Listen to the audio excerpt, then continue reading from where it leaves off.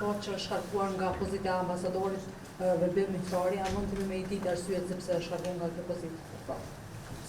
Unë nuk do ta quaja shkarkim. Çdo kthim nga misioni diplomatik nuk është shkarkim. Në diplomaci ka emërime, ka kthime, ka rotacion dhe ka nevojë që shërbimi jashtëm të funksionojë sipas ligjit dhe nevojave të shtetit. Sa i përket pra zotit Miftari, procedura për lidhimin e tij ka filluar në vitin 2025. Unë kam trashëguar një numër të madh lëndësh, pra në raport me këto çështje, pra ato lëndi kam trashëguar nga presidentja Osmani, dhe aty ku gjithçka është në rregull, raport me procedurat, natyrisht që do t'i shtyej përpara dhe në këtë drejtim janë bërë 8 emërime, janë bërë 3 lirime dhe 2 reorganizime të misioneve konsulore. Kurdo që Me qenë se po shkojmë në zgjedhjet e jashtëzakonshme dhe keni caktuar datën në 7 qershor për mbajtjen e tyre, në Komisionin Qendror të Zgjedhjeve ende vazhdon të mungojë një antar që në bazë të ligjit është përfaqësues i partive politike dhe dilema ka qenë nëse i takon vendosjes ose PDK-s, a do ta emëroni këtë antar të KQZ-s?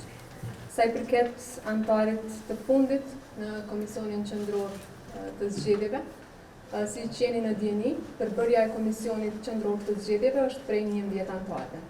Pra, këtu përfshirë edhe kryesuesin që vjen nga radhët e Gjykatës Supreme. Për momentin janë 10 antarë, sepse edhe një nuk është emëruar ende. Unë jam interesuar në qoftë se kjo përbën problem për Komisionin Qendror të Zgjedhjeve.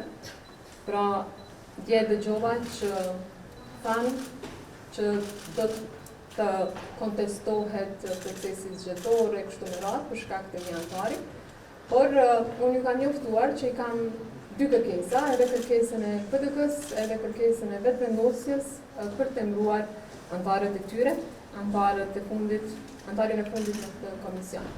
Unë për këtë çështje kam pasur mendim edhe më herët. Fuqia politike, proporcionaliteti, përfaqësimi. Janë parime që nuk duhet t'i mohoj askush. Duke qenë që kanë kaluar tashmë të gjitha afatet, sepse mendoj që një proces kushtetues i nisur nga presidentja Osmani Sadriu është dashur të përmbyllet nga vetë zonja Osmani Sadriu, por kjo nuk ka ndodhur.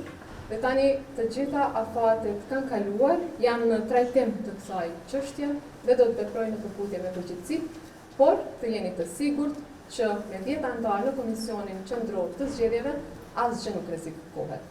As certifikimi partive, as certifikimi i rezultatit të zgjedhjeve dhe asgjë tjetër. Prandaj do të veproj atëherë kur e konsideroj se duhet të veproj.